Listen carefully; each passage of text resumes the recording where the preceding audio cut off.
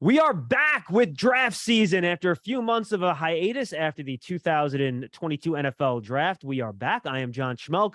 Back with us this year is Tony, Pauline, and Eric Crocker, our co-host. And that handsome fourth face you see on your screen is a friend of the program. He is Bruce Feldman. You can see him on the Big Noon pregame show on Fox for their college football coverage. And of course, he's also a columnist for The Athletic, covers college football for them. And the last couple of weeks, we've seen his Freaks List, which is his annual rite of passage where he puts out some of the best athletes in college football. That kind of gives guys like us who are focused on the NFL part of this a good watch list for players to keep an eye on during the year. So we're going to start with Bruce, then we'll kind of get into a college football season preview after our interview. Bruce, thanks for being with us, man. How are you? How was your summer? I hope you got some relaxation because the 4-month sprint is about to begin. Yeah, thank you for having me. Summer was great. I got to coach my son in a Pee Wee football league for 2 seasons. That was awesome. And now we talk about, as you guys, we talk so much about it. And when the season's finally here, I'm getting goosebumps already. So can't wait. This is going to be a big first weekend of the season, and just, I don't know, I'm fired up. Watched a lot of preseason NFL. Can't wait for that to start up too. Awesome. I want to start with your Freaks List here, Bruce. And last year, I believe you had Aiden Hutchinson #1, right? He had not had a ton of production before his year last year, but people had their eyes on him. Is there a player on this year's list that you think fits that profile that maybe has not shown up production-wise in college football, but from the people you've talked to is ready to have that breakout year and could rise to the top of draft boards around the NFL? It's funny. It's too early to talk draft with this name, and it's a name that's going to be very familiar for NFL fans, but watch out for Marvin Harrison Jr. That's obviously, his dad was a great receiver with the Colts. He's a receiver at Ohio State, different kind of, he's big. He's 6'3", 210, super explosive. He's actually #2, like Aiden was, on my Freaks List. And he had a big game at the end of last year in the Rose Bowl against Utah. Now, he was overshadowed a little bit by Jackson Smith and Jigba. Keep in mind that Ohio State's 2-star receivers missed that bowl game to get ready for the draft, Garrett Wilson and Chris Olave. So Brian Hartline has developed a great receiver room. But the things I hear about Marvin Harrison Jr., I expect him to have a huge season and be really a breakout star in the Big Ten. Go ahead, Tone. Yeah, well, I think Bruce says it's too early to talk about Marvin Harrison with the draft because he's not draft eligible. He's only a true sophomore. So really, as much as people will love him, he's not going to be in the 2023 draft. But Bruce was right on. If you watched that Rose Bowl, Marvin Harrison and Jamison Smith and CJ Stroud were phenomenal, which is why everybody, loves Ohio State right now because of, specifically, I feel anyway, that Rose Bowl where every time they were down, Harrison was making huge plays, from the arm of CJ Stroud. Yeah, on that point, they're my preseason. Most people I work with think Alabama is going to be the team to beat in the national title. Give me Ohio State. Now, look, as you know, covering the draft for a long time, you wouldn't see college quarterbacks unless they were going to be in the draft out there throwing for pro days. Different time now. And so talking to some NFL people I talked to, they went to Ohio State's pro day and really felt like it was a little bit of CJ Stroud's pro day, even though he was only 2 years removed from high school. Now, CJ could be in this draft coming out. I think he's going to win the Heisman. As you said, he is really accurate. He is checking all the boxes in terms of he's really smart. He's a lot bigger kid than Bryce Young, who's also excellent at Alabama. CJ's legit 6'2 plus, maybe 6'3. He's up to 225. He's really smart. I think he's got all the, there's a great little story about him in terms of when he was coming up, he went to the opening, which is, kind of is this big Nike event where all the top high school soon to be seniors will be at. It's also kind of in conjunction with the Elite 11. He was not a big name there. He was really under the radar, and he blew up there. And he was so impressive that all the other Ohio State commits who were, big time, more national names were like calling Ryan Day, hey, this is a guy we want. And I think that speaks to not just his ability, but also from the stories I heard from people who worked with him there, speaks to just kind of his competitiveness and his belief and some of those intangibles that I think you really want as a quarterback. Yeah, and unlike Bryce Young, CJ Stroud does have the luxury of the fact that he's bringing two big-time receivers back, even though they lost Chris Olave and Garrett Wilson, where, Bryce Young's favorite targets from a year ago are now in the NFL. Right. And also, yeah, I mean, and I think what's big here is you had Ryan Day, who's as good as there is in the college game. He's got some, obviously NFL experience. I think he's got that system that is in place. Not to say that Bill O'Brien isn't what Ryan Day is, but I just think, there's something he can build on beyond that. He's got a great running back behind him in Travion Henderson. I think also just on Ohio State, I think they will be even more improved in the run game. Justin Fry, who had worked with Chip Kelly, he worked with Ryan Day early in his career. He's come to Ohio State. I think that will help them in the O-line, because that was a little bit of an issue for them last year. Not as much of an issue as the defense was, but not to turn this into the Buckeye podcast or anything like that. But I think they are going to be must-see TV. You want to see this offense. Go ahead, Croc. Yeah, no, I was just going to touch on CJ Stroud as well. And I think for me as a prospect, I think the thing I want to see from him most heading into this season is the intermediate passes. I think we all watched that game against Utah and what it looked like, him pushing the ball down the field, terrific ball location, especially on some of those slot fades. But intermediate, it was a little kind of hit and miss throughout the season. So if he can become just more efficient from that standpoint, we are talking about someone who can potentially win the Heisman. No question. Yeah, and I think, go ahead, Bruce. I'm sorry. I don't want to take you all the way down there. No, Bruce, no, rabbit hole. Take us. No, I was just going to say, just to that point, he really developed as the year went on. Remember, it was like there was a little bit of rocky moments at times early on. It was his first year as a starter, and I think that we saw it. And there was some really good on the other side of the ball. Utah has a player who I think will be an NFL cornerback down the road. Clark Phillips. He was a big recruit. He is the guy when you talk to him, you're like, what do you want to do after football? And you already know the answer is this guy. If he doesn't end up having a long NFL career, will probably be a really good coach. So there was lots of interesting talent on the field that day at the Rose Bowl. Yeah, Phelps, a true junior. I mean, he showed flashes last year. Good athlete. I'm sure he's a guy that'll make your freaks list, not in short time. Don't know, but if he's the tallest guy, just got to polish his ball skills. But yeah, absolutely. I think I've got Phelps right now graded as a day 2 pick. But as I said in my write-up, he's got plenty of upside potential, and I could see him moving up draft boards if he improves his game. Bruce, I want to follow up. You guys mentioned, how Stroud's bringing back his wide receivers and Bryce Young at Alabama is not. We have rite of passages every year. You have, marks on the calendar. You have your holidays. And it seems like every year the last decade, it's been, all right, what Alabama receiver or two are going to go in the first round? So is there going to be an Alabama receiver that emerges this year with Bryce Young as his quarterback to become the next Jamison Williams, who nobody was even talking about before last season? Then all of a sudden, boom, first round. I don't know if this year you may have some younger receivers who are still, are not draft eligible. I mean, Jermaine Burton's a good receiver who transferred in from Georgia. I think the skill guy people will buzz about is Jamar Gibbs. He was at Georgia Tech. He was the best player on a really bad program. There's some guys I talked to who are coaches down there who've played against him who think Jamar Gibbs will be a Heisman candidate. He's that good of a running back. And so he's the one I would say really keep an eye on. They have a good tight end, Cameron Law too, but I don't think he's quite as good as the guys in Georgia's tight end room. I mean, there's some pretty good tight ends around there. Notre Dame has a stud over there, Michael Mayer, but I think to me, the skill guy that people will buzz about for Alabama is Gibbs, the running back, not the receivers. I kind of want to follow up there because you talked a little bit about Jermaine Burton and, he's transferring over from Georgia. And I think he's a guy that has big time ability, but that Georgia offense is just not wide receiver friendly in the sense of being able to be really productive. So, I mean, you look at those guys and some of their numbers, 2-3 catches a game, but I think he's a guy who in a more spread out offense that can really utilize his skill set. He can be a guy who has a really good year that kind of catapults him into the conversation of potentially being a first round pick.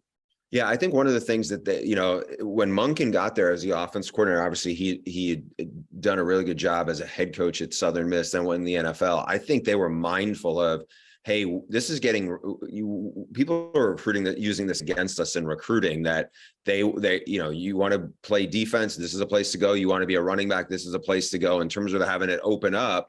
Whereas it was a brief window, but like LSU, when they had Joe Brady, they were flinging it all over the place. If you're a receiver, you're probably more inclined to want to go there. And right now, I think if you're a receiver, you see the track record that Nick Saban And you got to say it's Nick Saban because there's offensive coordinators have come and go, but now the way this offense is, you know, you'd be more inclined to look to Tuscaloosa or Columbus than maybe Athens, Georgia at this point. You know, Bruce, I just get away from the offensive side of the ball. I want to talk about your number one guy on your freaks list, Maisie Smith of Michigan, because, you know, all the talk last year was about Aiden Hutchinson and even David Ajabo, who had a great year up until his injury in pro day. But when you watch the film, I mean, it's number 58 that's in the middle of that defensive line, that's commanding double team blocks, that's basically freeing things up for the guys on the outside. And I loved him as a player. I couldn't imagine why people weren't talking about him more. I have him as a top 25 prospect. And then I read your column, your freaks list, and he's the number one guy. So you're talking potentially the melding of not only an outstanding football player, but a great athlete and a guy that big. Yeah, Tony, like, I'll be honest, I was not planning on expecting to have him in my top 10. Like, I was at Big Ten Media Days probably 3 weeks before the Freaks list is coming out. And Jim Harbaugh was raving to me about a true freshman defensive tackle they have, Kenneth Grant, who's 6'4", 360. And he said he ran a sub 5 flat 40. And so some of the numbers, and so, you know, I talked to Mozzie Smith about him more than I talked to him about himself. And then there's another player they have there, Julius Welchoff, who has a really fascinating background. Welchoff was a champion mogul skier from Germany. He's probably even bigger and certainly longer than Aiden Hutchinson. He's not the football player, but he's a special athlete. And so when I was kind of asking for context, their strength coach, Ben Herbert, who had been at Wisconsin and obviously was there with J.J. Watt, he's developed a lot of special players and special big athletes. And so we started talking not just about some of these other guys, but then it got to Mozzie Smith.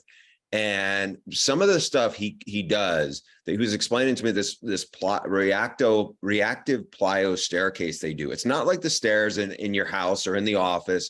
These are like 27 inches high. So they're, you know, really steep.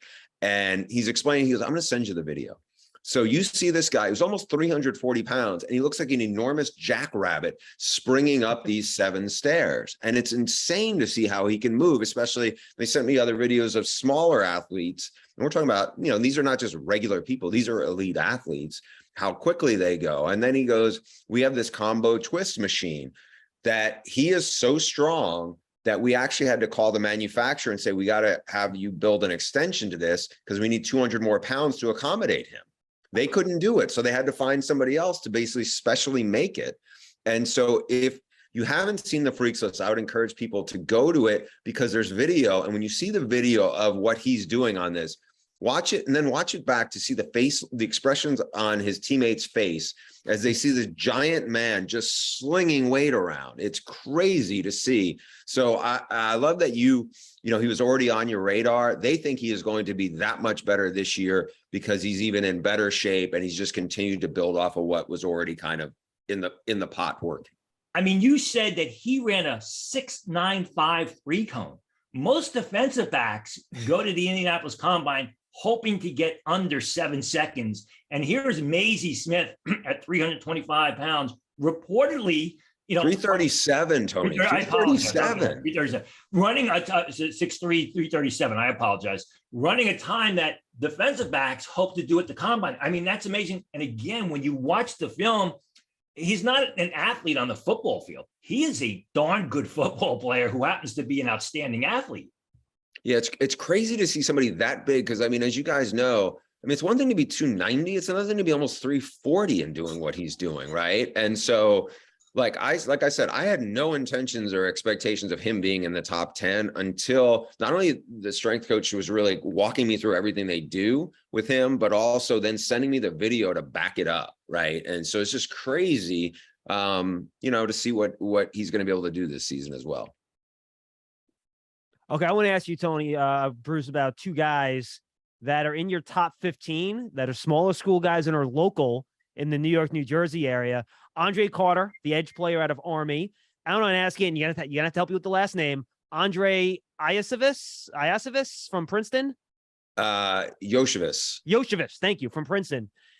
Talk to me about those 2 guys and smaller school guys that you think could break out this year. Andre Carter is like super productive player at Army, and he was a small school prep, basically a prep school guy. He was like a 2-star tight end prospect. He's got great length. I think they told me is 6'10", 6'10" wing. He's also like a 4.2 pro agility guy. And they said his the reactive times that where Army tests them, they said is like off the charts, just like, so as good as he is effort wise and as productive as he's been, a lot of times, we've seen good players in the service academy, certainly at, Army, Navy, Air Force. This one's a little different because of the length that you see, right? And I don't think this is maybe the right comparison. I'll defer to you guys a little more on it because on the NFL side, but like Ollie Villanueva was like bounced around position wise at Army, played tight end, played receiver, and then ended up being a really good offensive, left tackle for the Steelers. This was a guy again here, in terms of Carter was a tight end and then moved over, has continued to grow. And the coaches I know there really speak highly of him. And, I'm interested to see, what he ends up getting viewed at in the NFL's eyes, because he's a heck of a football player. I can tell you this right now, scouts like him, because scouts that I've talked to who, grade the underclassmen before the season, they've already got a day 2 grade on him. So a lot is expected of him this season. And, as you said, can he, he is that type of athlete with that length. Can he improve upon his 2021 campaign? Yeah. In terms of the Princeton receiver, so he's from Hawaii originally. He is an elite heptathlon. He's just an elite track athlete, and he's pretty big. He's a year ago, probably like this past draft, Tanner Connor was a big time track athlete in FCS. Bigger, he's probably 6'3", closer to 230 than Yoshevich is, but Yoshevich will jump, he said 39, maybe 40 inches. He thinks he will run in the low 4.3s. He's a very good player. My guess is there's still a lot of work for him in terms of, what he can be. There's really good talent in the Ivy League, by the way. And there's good talent not only in the Ivy League that has left the Ivy League, right? So there's a bunch of guys who come through Harvard that are either transferred someplace else to FBS. This guy is a really special athlete. I don't want to say he's more athlete than football player. I don't think that's fair to him, but he's got really good size. Brian Flynn, who's his position coach, loves his work ethic and what he does there. I think he's an interesting player. I don't want to say, he's in my top 20. I don't want to say he's one of the top 20 football players in college football, but he's a big time athlete. And it'll be interesting to see how he continues to develop, because what he does in track, it is really, really impressive. Go ahead, Crocker or Tone. I asked you about Quentin Johnson of TCU, who, you said put up some pretty outstanding athletic numbers. I mean, the Big 12, for the most part, has given us these bigger receivers, the Hakeem Butler types, the Alan Lazard types that are basically guys that went out for 50-50 balls, but they can't separate in the NFL, which is why they so often struggle. I know you focused in the column on his athletic numbers. Do you think he may be able to break that mold of the Big 12, the taller receivers who went out for the 50-50 balls, who, now can separate at the NFL rather than just be a big-bodied wideout? I think so. The question mark here, guys, is so Gary Patterson was at that school forever and did an amazing job. Now here comes Sonny Dykes. He was at SMU, where they had really good receivers, different kind of receivers, but really good receivers. They're going to throw it around a lot. I don't know. Like, I liked early on in his career, the quarterback there, Max Duggan, had some really impressive moments. And then he had some injuries and some ups and downs. There was a lot of staff uncertainty. I don't know what the the question is going to be, how much better does the passing game get around him? Because this guy definitely has some elite measurables. The question is like, does it translate onto the film? And I think it's really right now too soon to tell, where some of those other guys you're talking about, especially, the Iowa State guys, I don't think they were the athlete this guy was. They may have been better football players, or at least more, especially in the case of Lazard, more developed early. Whereas I don't know, in terms of the consistency of what you're getting here. I mean, there's some guys, Marvin Mims is a big time receiver at Oklahoma in that same league, but I don't know, I'm the jury's still out on it, Tony, on that, to be perfectly honest. Well, one last thing for me, you talk about the Big 12, you talk about Texas football, you talk about Bijan Robinson, but there's a guy who plays behind Bijan Robinson who is an outstanding running back in his own right. It's just, he's on the wrong team. That's Rashawn Johnson. And, in your column, you watch Rashawn Johnson, he looks like a big downhill grinder, a guy who's a short yardage ball carrier. But you tell us that, hey, this guy's also an outstanding athlete as well. Yeah, he's really explosive. He is the alpha on that team. He came in as a quarterback. He could do everything, right? He is the guy they lean on. He'll play wildcat, quarterback if they, in third and short, even in the red zone. He's become a really good receiver. Like if you told me that, like the Patriots drafted him, he's going to play on defense too, or, one of those teams, like I would not be surprised. Like this guy, I bet is going to play in the NFL a long time. And he may be a guy who does a bunch of different things because he's just a really, really good football player, but he's also a really, really big time athlete. Like, I don't want to say there's a similar player, but there's a linebacker at North Dakota State. And we know North Dakota State obviously has produced a lot of talent, especially for an FCS program. But a little similar in terms of like just a great all-around athlete. He plays middle linebacker. He'd probably be a big-time running back, really good H-back. Like there are some guys like that where they may not quite have, like one of my biggest freaks last year was Tariq Woolen, the super long cornerback from UTSA, where they're just like wow athletes. And I'm not saying Tariq's not a really good football player, but then there's some other guys who are like, they're big time athletes, but they're also like probably even better football players than they are, in terms of that. And I think, Rashawn Johnson definitely fits that mode. I want to touch, Bruce, on a couple guys from Clemson. Your colleague, Dane Brugler, who does a great job scouting for The Athletic, has 3 Clemson defenders, Trenton Simpson, Brian Bressie, and Miles Murphy, all in his top 10. And I know they appeared on your freaks list as well. Tell me about those 3. Yeah, Brise was the guy who he's coming off injury, was the biggest recruit of they're all big recruits, but he's 310 pounds and they told me they think he's going to run sub 4.8 in the 40, right? And it's like, he's a big time interior guy. Miles Murphy has been, I don't say he's had a ton of production there and he can really roll. Will he run 4.59 at, 275? He's special. He was in my top 5. And then the linebacker is another guy who is going to run around 4.4 and is a run and hit guy. Like the problem with Clemson last year, and I say the problem, it was a down year for them, was offensively, they were a mess. Right. And so I think if these 3 guys stay healthy, even without Brent Venables, who was one of the best defensive coordinators in college football, and he left Clemson now to be the head coach at OU, even without him, I still think they're the team to beat in the ACC, which has some good teams. Like, I know, not to steer it a little down there, but like NC State has great linebackers. This is a really good NC State team, even without Ike Ekwonu. They have a really good quarterback in Devin Leary. Like, it's not a cakewalk for Clemson to win their division, I think. But as long as those 3 guys are healthy, they're going to be a big problem for all these offenses. And there are some good quarterbacks in the ACC this year.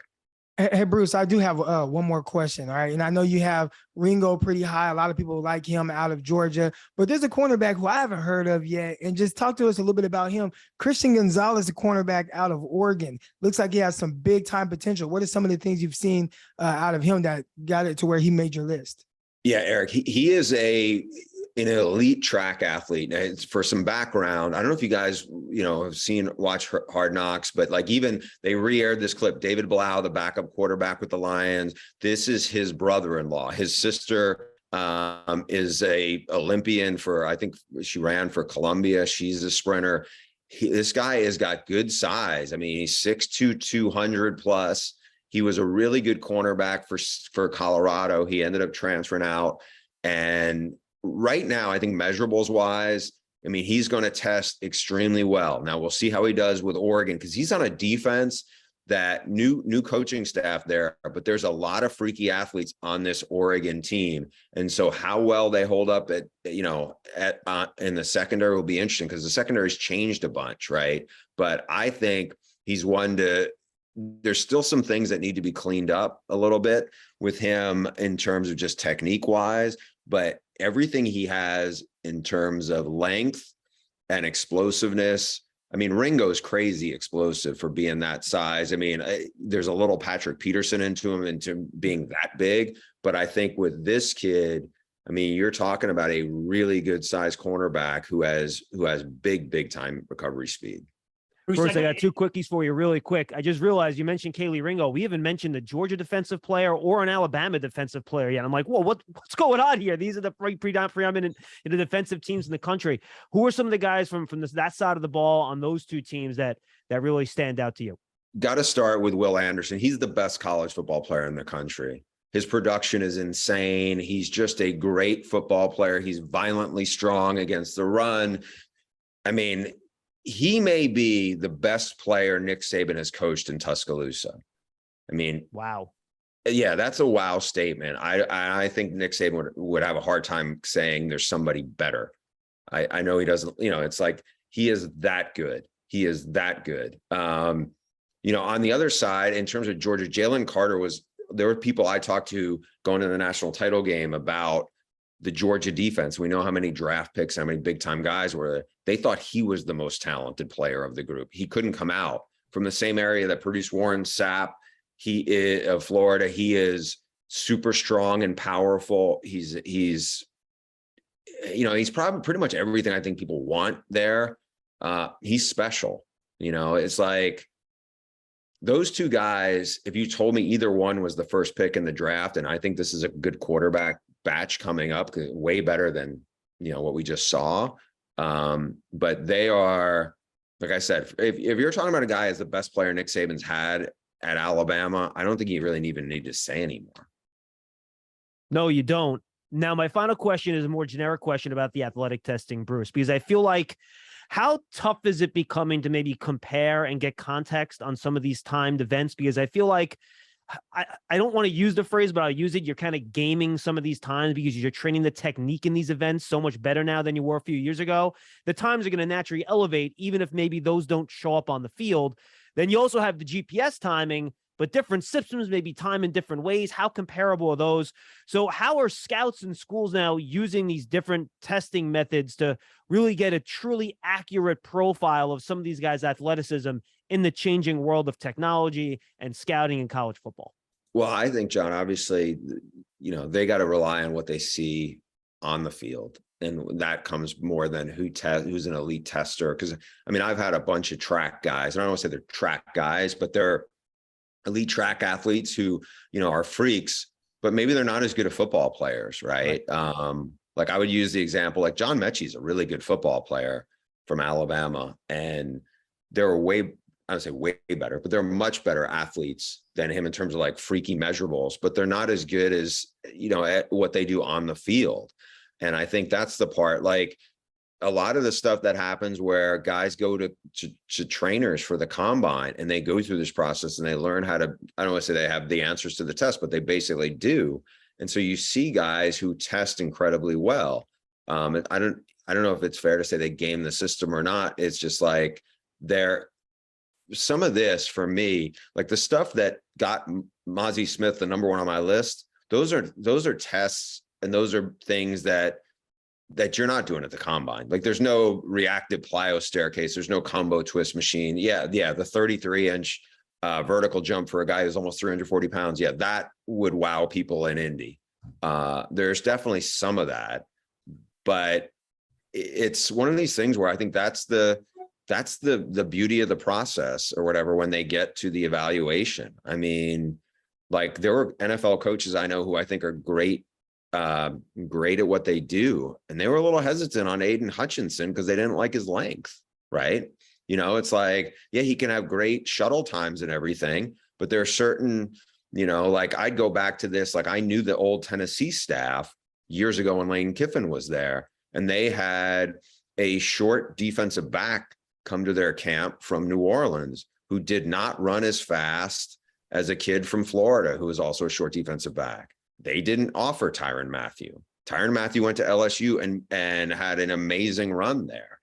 So it's just like, at the end of the day, you're looking for how can we see if this football player is going to be great at the next level. They may be great in college. How is his game going to translate? And, I'm sure there's plenty of short DBs who are, maybe didn't run great 40 times, who somebody took, who probably didn't turn out to be so good in college because the game didn't translate. I think that's why it's so fascinating, why I love the draft process, because it's not it's so far from an exact science.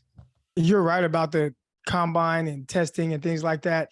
Man, just off the street, I ran a slow 40 time for the New Orleans Saints, and I flew home, trained with the trainer. I went from a 4.71 in 3 days, 3 days of working out 1 hour each day. I went from a 4.71 to a 4.53 just from learning how to run a takeoff, like to get out. And you just did a great ad for whoever that person is who trained you. I hope you just made them a lot of money, because if you're a parent, you're like, so who trained Eric on those 3 days? Because I think I want to learn that. I suggest them to a lot of people, but just learning little tricks and how to explode out, really just your takeoff, you can drastically increase your time if you're not just naturally the fastest person ever. Now, I didn't last very long because clearly I'm closer to a 4.7 than a 4.5 that I actually ran. But you can rig the system a little bit. Yeah, it's neat to talk. Like, the other thing that's interesting on the freak side of it, guys, is like, I know when it comes to the combine, there's a lot of trainers who are hesitant to go to say what they think somebody's going to run. Because let's say they're training Eric and they say, yeah, Eric's going to run 4.43 and Eric runs 4.52. And that might be a really good time for him.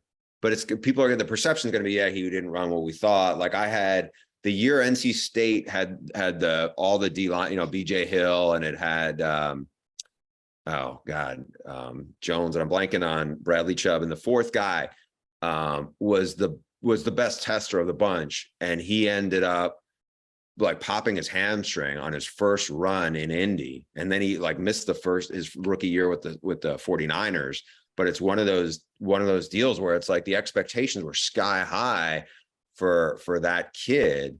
And it just, that's the, I don't know, as you guys know, because you cover it all year round, it's just an interesting process on a lot of levels. Is it Justin Jones was the guy you're thinking about? Justin Jones was the guy at the Chargers. It's the guy with the 49ers.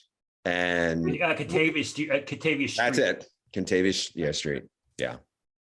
Tony's an encyclopedia, man. If you need a name, I knew he'd get it. I knew he'd get it. I got to ask Bruce this, when I have to come up with a top 25 or a top 100 or top 250, it's easy because I basically do it off with the film and I look at the measurables. But I'm looking at your list here. You got guys from Central Arkansas, Syracuse, USC, Ball State. How do you because to me, I would have a tough time compiling a list of my top 10 freaks. You go 100 deep. What is your process and how do you go about it? Because this is just fascinating to me. So for me, it's become like it started out almost 20 years ago when I was at ESPN with 10 guys. And then over time, I started developing more and more contacts around the country. And I became a sideline reporter for Fox probably 7 years ago. And so before the game, 2 hours before the game, the only people who are on the field aside from me are the coaches, the players, the staffs, and NFL scouts. And so I would have these NFL scouts come up to me and ask me about the freaks list, and we talk about it and somebody I written. And all of a sudden I'm like, wow, these guys are actually reading it. They care. And so that opened me up to a lot more people that I pick their brains on. And so, I do a 2 or 3 hour call now the last couple of years with the Senior Bowl staff. And I'll be perfectly honest, 4 days before this year's freaks list came out, I had never heard of a school called Quincy University somewhere in Illinois. It's a smaller school. I'd never heard of it. They have a really good offensive lineman. And so Jim Nagy and I talked about him. I ended up getting in contact with the position coach, found out a lot more about this kid. And, it's like, there's a lot of stuff there like that. But by now, like I know a bunch of coaches in the Missouri Valley Conference, which is the league that North Dakota State is in and Northern Iowa is in it. And there's a lot of really good football players, as you guys know, that have come through there. So now all of a sudden, not only do you know the context, but these coaches have, like they're familiar with it. They've also they know what a big time guy looks like because they probably coached against him or had one. Bruce, awesome stuff, man. We appreciate you taking us a couple extra minutes, going a little past our time. We really appreciate that. Follow him on Twitter at Bruce Feldman, CFB. And Bruce, anything else you want to promote? The floor is yours. No, I'm gonna text Eric to find out who his trainer is, so I can ask him, pick his brain. And there's a lot of great deals if you want to subscribe to The Athletic. Go check out his Freaks List and all the other great college football coverage. Thank you, Bruce. All right, thanks, guys. Thanks. We thank Bruce Feldman again. You can find him on The Athletic. If you go to his profile on Twitter, you click through, you can get all sorts of deals for a subscription. Of course, again, you can find them on the big high noon pregame show on Fox Sports as well. And by the way, the offensive lineman he was referring to from Quincy, and no, I hadn't heard of Quincy either. Croc, did you Quincy University? Any idea? Tony, how about you? Did you know Quincy? I would not Quincy University, but I knew about the player. Okay, you know about the player. Yes. That's BJ Wilson, Yep. an offensive lineman. So again, just some names that you guys can put on your radar early on in this process. I apologize. I butchered a couple of last names. I'm still learning about these guys. I'm not deep into it like these two guys are, but we're all learning this together. That's why we're doing these draft seasons, by the way. Starting in August, we'll do one a month. Maybe we'll increase the frequency as we get later in the year, a couple times a month. So when we get to January, we're not doing intro studies. We're kind of going into the intermediate studies already when we kind of get started in draft season come January and February. All right, guys, we've actually already had a couple games here in the college football season, including a Big Ten matchup. And why don't we talk about that first, Tony, before we get to games coming up here in the class in general? What did you see in that Northwestern Nebraska game? I know a guy from Northwestern, their left tackle. A lot of people think right now he might be the top tackle in the class. Had a pretty good game. Well, what did I see? I saw much of the same from Nebraska. I hate to say it. I mean, they blew the game and they found a way to lose.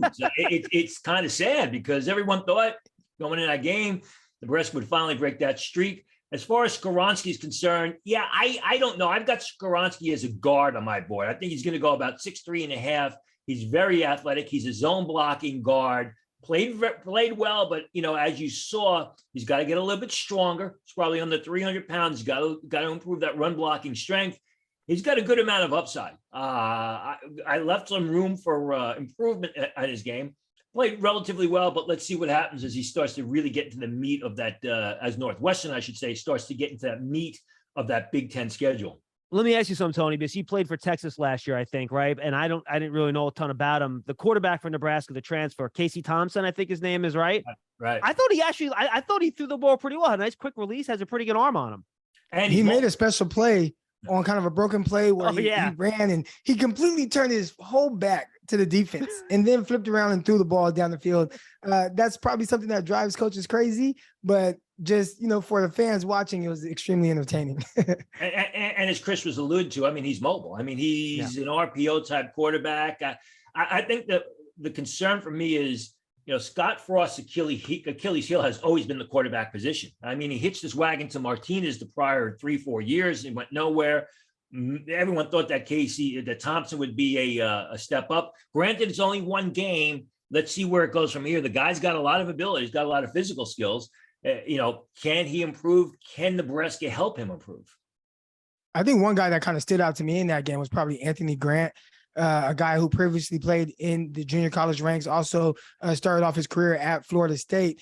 He had one really kind of special play. And nothing too crazy on paper, 19 carries, 100 yards, but he had this big explosive play that really caught my eye where he made multiple guys miss in the open field. And just to be able to run with the power that I thought he did throughout that game and then show that open field explosive ability, I thought that was something that really excited me. It ran away from the defenders as well, but he put a move on a guy in the open field. And open field tackle, I mean, that's tough. Trust me, it's tough. But the way he did it, making a move on top of a move, really setting it up to get the angle that he needed to get to the end zone. I thought that was kind of, I don't want to say special, but it was a really eye-popping play. The guy who I really liked before he got hurt was the Nebraska tight end, Travis Vocaleck. I mean, the guy is 6'6", 265 pounds. He runs in the 4.7s, catches the ball very well. someone who kind of, when you talk to scouts about him, you get kind of a shoulder shrug. But when you watch the film, granted, they had a couple of tight ends last year. When you watch last year's film, Vocaleck, when he was on the field, was an impressive looking guy who did a good job catching the ball when it was thrown in his direction, had 5 receptions for, I believe, 63 yards before he went down with what seemed like an ankle injury. Hopefully he's able to return sooner rather than later. But I think at that size, with the guy that catches the ball that well, there's always room for that type of player at the next level as a third tight end. Yeah, no question. All right, guys, we have 3 big matchups coming up in the first 2-3 weeks of the college football season. I'll just throw them out, and then you guys can pick out players, matchups, anything that might excite you from these rosters. Georgia, Oregon will be the first one I'll bring up. We talked about some of those players already with Bruce, but anything from those 2 rosters that you guys want to touch on that really jumps out from those 2 schools? I think that the byline for this game is Georgia's playing against the quarterback that they're very familiar with in Bo Nix, because Bo Nix is now playing at Oregon, which is one of the biggest surprising transfers, I believe, in the offseason. And so started sort of a hailstorm of issues at Auburn with the coaching staff. So that's going to be very interesting. And the fact is, when you watch Bo Nix, the first 2 years at Auburn, he looked terrible. I mean, he looked like basically a chicken with no head the way he was throwing the ball around. He was running around and he was throwing the pass. Last year, he really showed a lot of development as a passer.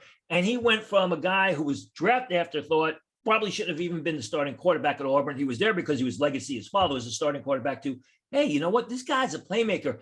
I'll be interesting to see if he's able to produce, if he's able to move the ball against what is still a stout Georgia defense. I think all eyes are on Bo Nix. I mean, a guy who definitely has all the right skill set, the arm. You talked about the athleticism, Tony. He put those things on display. Being more consistent from the pocket. That's something that where you want to see, how does he take that next step? Oregon, they got a new coordinators and their whole new coaching staff. How would his game translate to the West Coast? A big time prospect. I think all eyes are going to be on him. Can his offensive line protect him from, this SEC defensive line? That's going to be one of the things that could definitely make things a little bit more difficult for him. Well, it's interesting, and I'm glad you brought that up. Georgia doesn't have the defense that they had a year ago, and you touched on that with Bruce Feldman and Jalen Carter, in the sense that he may be better than, say, Jordan Davis last year, but overall, it's not the same defense that it was a year ago, but it's still pretty damn good because, we talked about Jalen Carter with Bruce Feldman, Nolan Smith. I love Nolan Smith. When you watch this guy, number 4, he's all over the place. And he is a 3. He can blitz. He's forceful up the field. He can play in space. He's outstanding in pursuit. Chris talked about Keely Ringo, the cornerback. They also got another cornerback there by the name of Taiki Smith, who transferred to Georgia from West Virginia in 2021. He was going to be one of their top cornerbacks, got injured in the preseason, played a little bit early in the year, but then they basically decided to sit him. Taiki Smith is an outstanding cornerback in his own right. This is what Bo Nix is going to be up against. And, it's funny because, Chris talked about, can they protect Bo Nix? Oregon, except for Penei Sewell, has a history of getting guys that are selected late in the draft that go on to have good NFL careers. They got a couple of those guys this year. TJ Bass, the guard, Alex Forsythe, the center, who's one of my favorites. Got a kid by the name of Stephen Jones, who's an offensive tackle.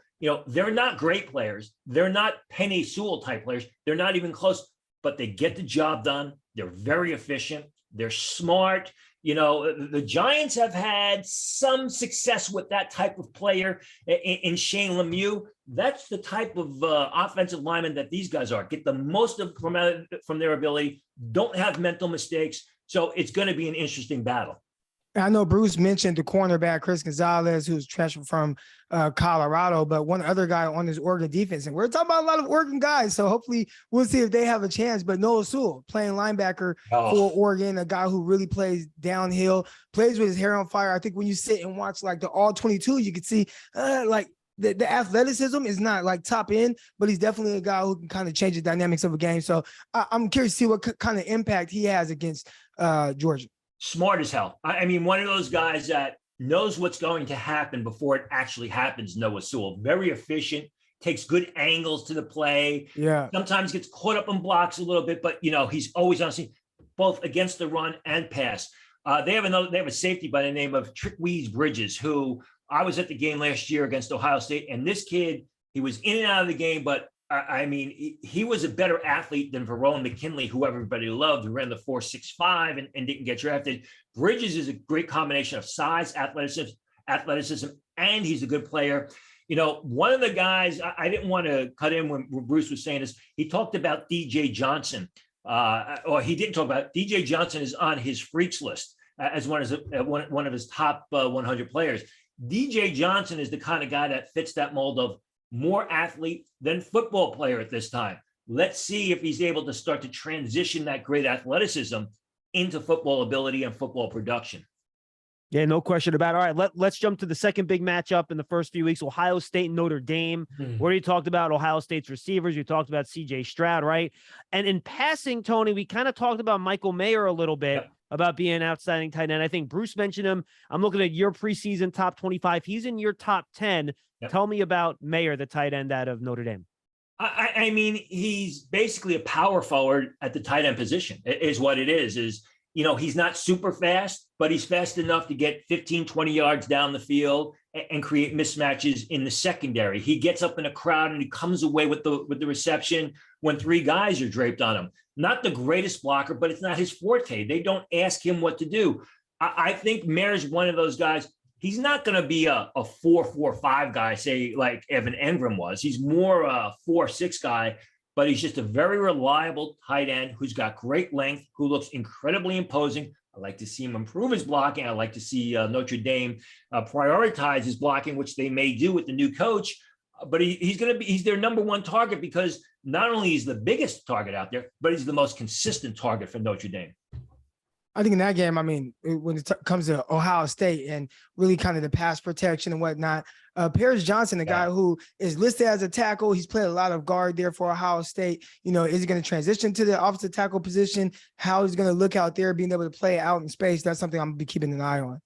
Yeah, they lost their two starting tackles last year, Petit Friere and Munford, so they're having new guys at both those spots. Well, Munford primarily played guard last year because it was DeJuan Jones. Oh, that's right. He moved inside. You're right. Who's as big as almost as big as Falele from Minnesota, the kid from Minnesota, who is a massive guy who plays right tackle. Building upon what Eric was talking about with Paris Johnson. Yeah, let's see if he can play. How his transition is to the all-important left tackle. People are already saying Paris Johnson's going to be the top left tackle in the 2023 draft. I said, let's put the brakes on that. Let him take a couple of snaps at left tackle before we start to, anoint him that. It's going to go up against Isaiah Folksky, who is a terrific pass rusher for Notre Dame, more of an outside linebacker, but a guy that can speed rush the edge, quickly gets up the field. That's going to be Paris Johnson. Isaiah Folksy is going to be a big matchup to watch on Saturday. And Tony, there's one of the Ohio State guy in your top 25. Got the last one in, the Ohio State center, Luke Whippler, who you like. Yeah, and Ohio State has a history of, we talk about their tackles. Their interior offensive linemen, Nick Mangold, all these guys go. Billy Price. And they always go top 60. Whippler is my next on that list, can play guard, can play center. He is a tough masher, but he's also very good on his feet. Gets out on the second level, can block in motion. A guy, I don't think that the interior of that Notre Dame defense is going to be very strong or as strong as it has been in the past. And I think Whippler is a guy to watch because I think he can dominate Saturday.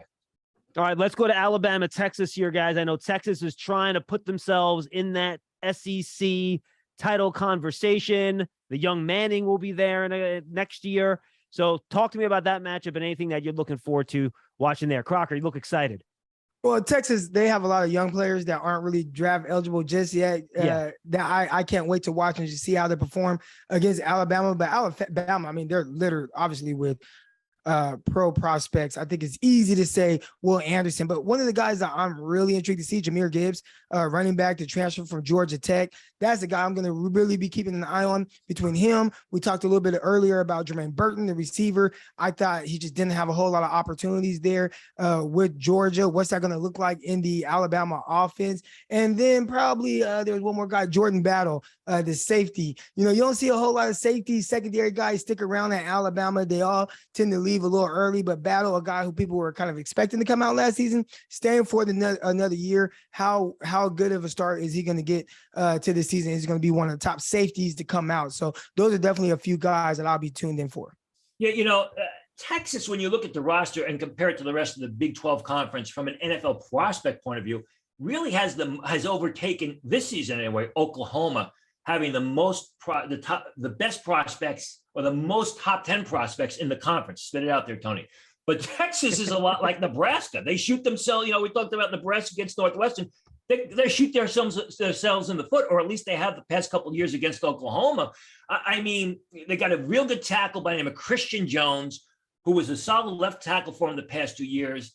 He's slated to play right tackle. If he goes up against Will Anderson, that's a big matchup to watch. Obviously, the two running backs, Bijan Robinson and Rashawn Johnson, who we talked about with Bruce, that is a big dual-headed monster that Alabama is going to have to stop. And Jaleel Billingsley, who was a real good or decent tight end in Alabama, he now plays for Texas, and he's going to be playing with a chip on his shoulder. And of course, there's the matchup between the byline of Sarkisian playing against his old coach Nick Saban, who really resurrected his career.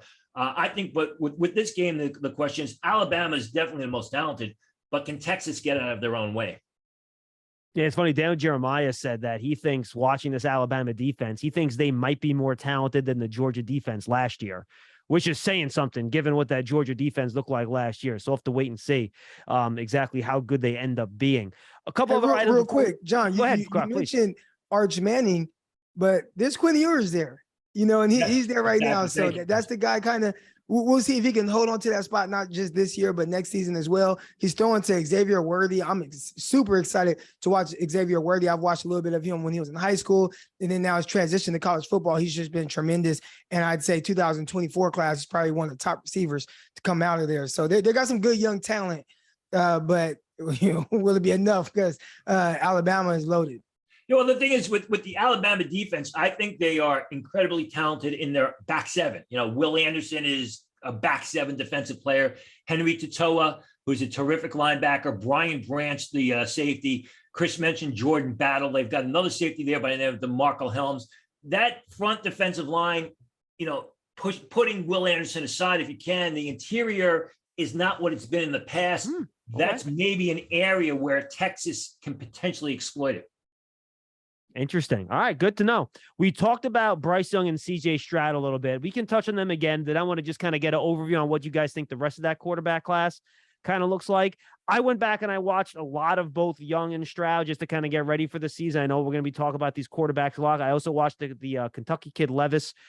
I think, in my opinion, I know Levis. Stroud has the physical attributes you look at better, size and everything. But if you look just based on how they play the position and you take the traits out of it, I think I probably like Young a little bit more than Stroud with the way he played last year. I thought he was a little bit better anticipation. I thought in like third and long situations, he was better. I was surprised. I went back, I watched all of Stroud's 3rd and 7s and longer, right? I think he had 60 or so of those during the season. He threw beyond the sticks, maybe twice. They just kept running shallow crosses, and he tries to hit the shallow cross and he tries to run upfield. So I thought Young. You remember who else did that, right, from Ohio State? What's that? Dwayne Haskins. He made a living off of that. Yes. With guys like Paris Campbell and those guys, just a shallow mesh concept. And you saw a lot of Paris Campbell where he'd do a cross. He was one of the tougher evaluations for me, not being able to see Paris Campbell, just like legitimately run routes at like a pro day and whatnot. But just shallow cross. If it's zone, he's going to stop in the open zone. If it's man, he's going to keep it going. And they made a living off of that with Dwayne Haskins. Well, and when you have those receivers that can make people miss and get upfield after catching a 5-yard pass, I do it too. I don't blame them. But bottom line, I think right now, though Stroud, I thought played a lot better at the end of the year than he did at the start of the year. I thought he really showed a lot of improvement. I still think Young overall probably put a little bit better than Stroud did last season. Yeah, I mean, there's no doubt about it. I mean, Bryce Young was definitely the more consistent quarterback. He's the more cerebral quarterback. He's more the thinking man's quarterback. But when you're looking at it from a physical attributes point of view, CJ Stroud is light years ahead. CJ Stroud is a phenomenal vertical passer. I'm not talking about just arm strength. I'm talking about accuracy. I'm talking about letting the deep receivers run to the football. And you're absolutely right. Listen, I was at that first game, the Oregon-Ohio State game in Columbus, in Ohio Stadium, and C.J. Stroud was not good. I mean, he hit the line of scrimmage, and the play clock would run down 6, 5, 4, and C.J. Stroud is looking to the sidelines for direction. I didn't think that they'd let him play, and then they had a tough game. I believe it was the following week. Sorry about that. I believe it was the C.J. Stroud had a tough game. I believe it was against it was Tulsa the following week, and he really didn't get it. Even the first game of the year, he struggled against Minnesota. He really didn't get his groove on until late October, November, when he really started to turn it up, and they let him play. So as far as I'm concerned with C.J. Stroud is, which C.J. Stroud are we going to get from the start of the 2022 season? Are we going to get the C.J. Stroud that we saw in the beginning of 2021, or the guy that was unstoppable at the Rose Bowl? I think C.J. Stroud has got much more upside than a Bryce Young. But I think Bryce Young is basically Mac Jones plus some. Yeah, but he's mobile, right? He's a better athlete. Yeah. He's got a slightly stronger arm than Mac Jones, although he doesn't have the strongest of arms.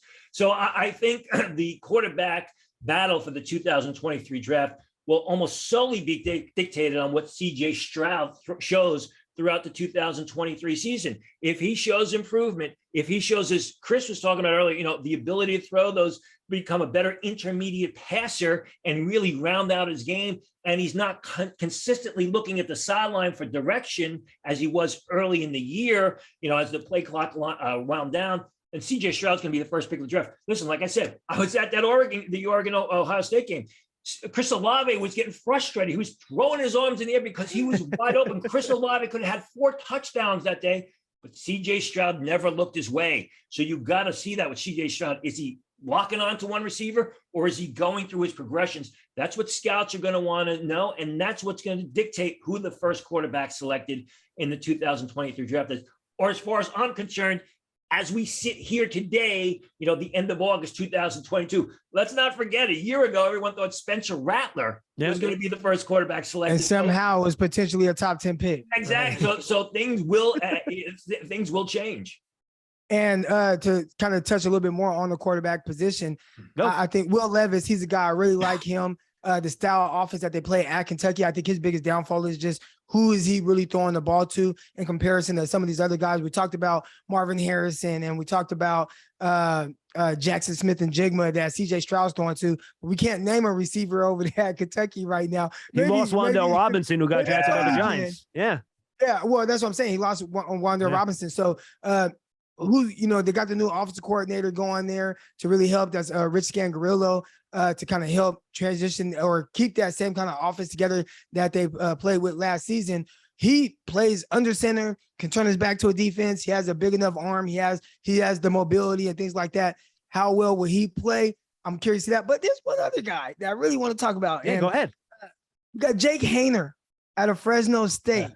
And he's very intriguing because he's an efficient guy. He can make all the throws. He has a nice arm. And I had someone tell me that this is the best Fresno State quarterback since David Carr. Yep. And you got to remember, there's Derek Carr out there too, right? And he doesn't have quite the weapons that Derek Carr had. Carr had a ton of receivers that went on to play in the NFL, not just Devontae Adams, but you had Josh Harper, you had Isaiah Burst, you had the other kid out of Stockton, California. I'm from Stockton. I should know that. Jalen Saunders, right? So all these guys that went to the league, and Derek Carr kind of, not saying he benefited only from that. Clearly, he's a good NFL quarterback. But Jake Hayner, he sounds like he's a really good prospect. The cerebral aspect of things, he has it, but he's playing at Fresno State right now. So can he overcome some of that? Not the biggest guy in the world. And that's going to be the knock, right? When you look at even Bryce Young, but Bryce Young, at least, if he's smaller and you have questions like, well, he played in the SEC against big guys. Not going to see Jake Hayner play against that type of competition. He does have a USC game early on. I think that's going to be really big to kind of jumpstart any type of hype that might be surrounding him. Well, remember, he played well against Oregon last year. That's when Kayvon Thibodeau, I believe it was Oregon's first game of the year, hurt his ankle, and Hayner played well. It's interesting because Hayner decided to go back for a second senior season. He initially entered the transfer portal, and there was talk that he was going to go to Washington. I don't know what happened, but he's back at Fresno State. I mean, he's more your Bryce Young type of quarterback, a very cerebral guy. You watch the film, you can see him going through his progressions. You can see that he does a great job with his reads. I think that the lack of size, I think that, he's got a decent arm, doesn't have a great arm. Those combine workouts, the pro day workouts, can he fling the ball downfield with speed? Great college quarterback. As far as I'm concerned, it's a system where he's more of a game manager on Sunday. And that's okay to have a game manager if the other pieces are in place.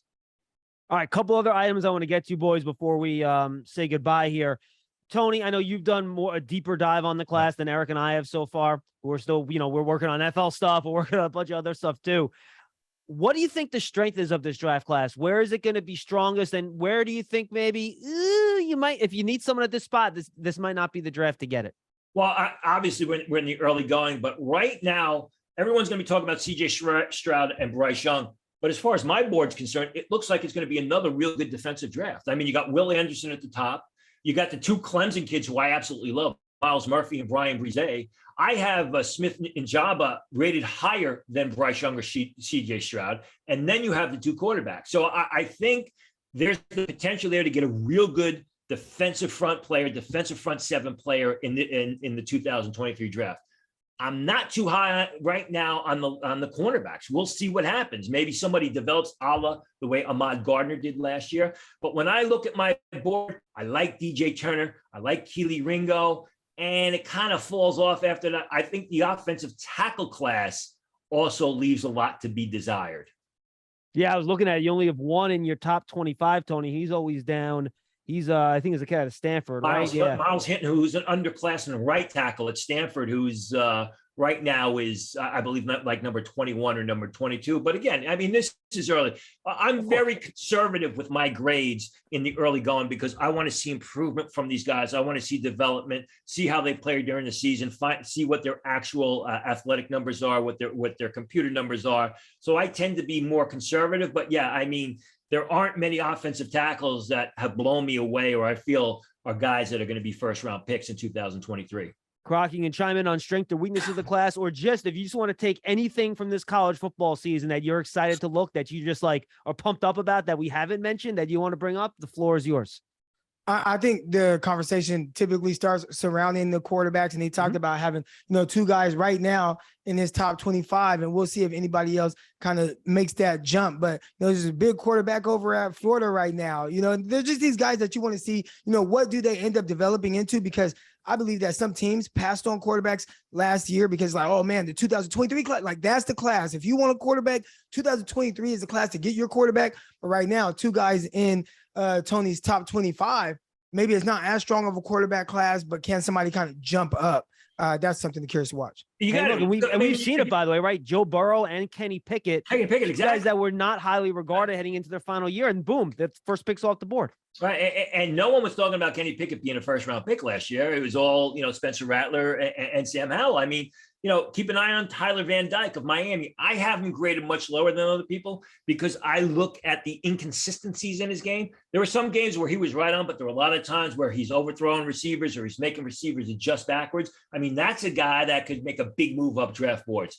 A lot has to be played out, and none of this obviously is in stone at this point in time. And the quarterback I was talking about, Anthony Richardson, big quarterback over at Florida. I mean, inconsistent as a passer, but if he can improve on that, we are talking about a guy who has big time, ability. He has the mobility, the athleticism, et cetera, the arm strength, but got to be more consistent as a passer first. So.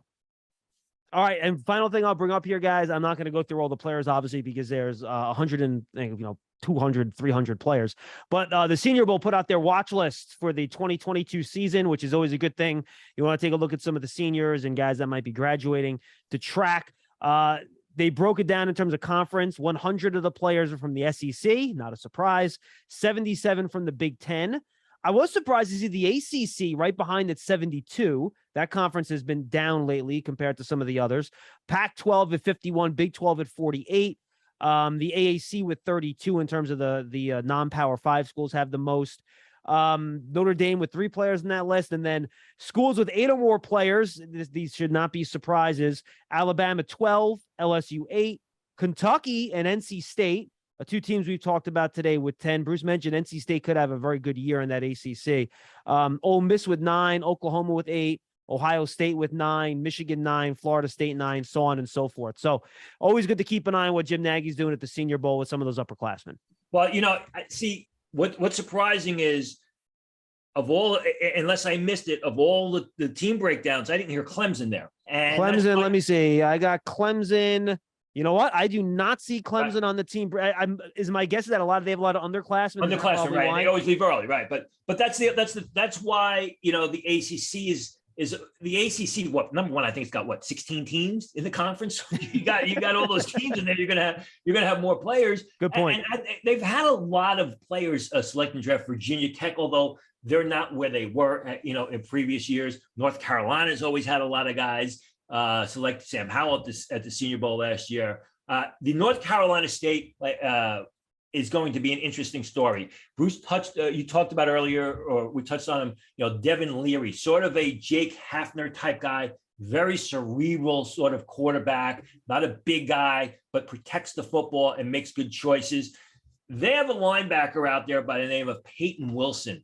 6'4", 240 pounds, runs and plays in the 4.6s. When you watch him on film, the guy grades out as a top 60 pick. I mean, I had him last year as a third rounder. Scouts thought he could go in the second rounder.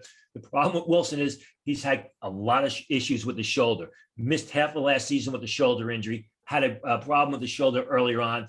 That Peyton Wilson is a guy that if he stays healthy and has a big year and is able to complete the whole season, a lot of people are going to be talking about at the end of the 2022 campaign, could see him at the Senior Bowl. Zach Charbonnet, running back out of UCLA, was a transfer from Michigan. I thought he should have came out last season. I don't know how much more he could improve his stock by staying for his senior year, but run strong.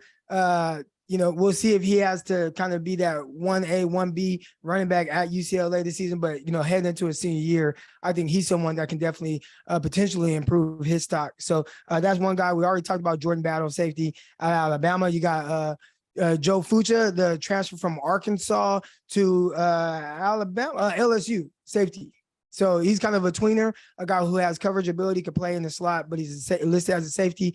He's a guy as well that I'm kind of curious to see that's on that Senior Bowl watch list. Fucha from Arkansas, right? Getting back to Charbonnet, scouts love Charbonnet. I mean, I talked to scouts. They think feel he's a second-day prospect, so he's got a lot to live up to. And, Christian may be right. He may be better off should have entered last year's draft.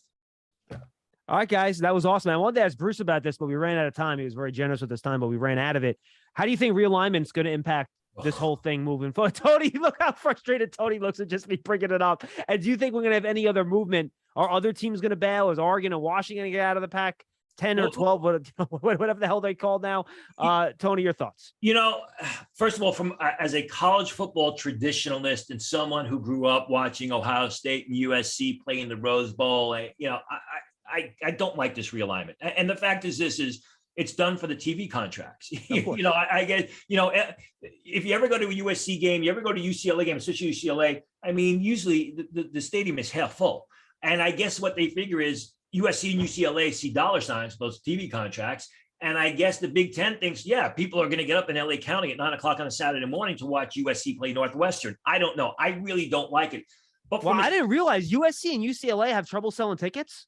Oh, yeah, it's a disaster. I mean, wow. Yeah, the Coliseum has not been full in a while. The one thing about West Coast football, when you're not good, you're not going to get quite that support, man. And again, I moved here to Arkansas a couple years ago. The Razorbacks haven't been very good. And I think last season was one of their better years over the last few years with KJ Jefferson at quarterback. They are always behind their Razorbacks, and the stands are always going to be pretty full. The whole state is behind them. Nebraska. It is not like that in California. You have to be good. I mean, Nebraska has been terrible. You can't get a seat in the Nebraska game. Not only can't get a seat. I mean, watch the game this weekend. How many Nebraska fans were in Ireland? They're one of the best traveling teams in the nation. Wisconsin is always full. You got to if USC. I can get. Back in quick story, 1996, I went to scout 2 games live. USC. Keyshawn Johnson? Exactly. USC played Washington State that in the early afternoon. that evening I went to see UCLA and Jonathan Ogden against Arizona. USC at the time was, I believe, the 5th ranked team in the nation. This was the week before they were playing Notre Dame. You could walk up to the front gate and get a ticket for $5. It was 50% full. You mentioned Keyshawn Johnson. Wow. I went to that game. There was a true sophomore defensive lineman who absolutely blew me away. No one was talking about him. I was like, forget about Keyshawn Johnson. Keep an eye on this guy. The guy's name was Darrell Russell. Went to the Raiders, right? Yes, made 5 plays behind the line of scrimmage in the first half alone. But, getting back to, it's not only realignment, but it's the whole transfer portal thing, which kind of makes the scouting much more, it makes it a lot more difficult because, you want to watch Jaden Williams, you want to scout him, you want to put him on your LSU board, but you got to wait till you get to the Arizona State film because Jaden Daniels played for Arizona State. And when you get guys moving across the country and now you've got realignment, remember, scouting is broken down by area scouts. You got your Southwest scouts, you got your Northeast scouts, you got your Southeast scouts, you got your West Coast scouts. So now what's going to happen is the West Coast scouts are going to have to watch the USC UCLA game and pass it on to their Big Ten guys who cover the Big Ten, because now schools that are on those 2 schools who are on the left coast are in the Big Ten. So it makes the opportunity for minor mistakes to happen more often, because of the fact that it's not neatly packaged as it once was. It was great to chop it up with you guys, man. It's been too long. I have a 4-month-old now. He's sleeping through the night, which is good, but it's great to be back. We're going to try to guide all of our fans again.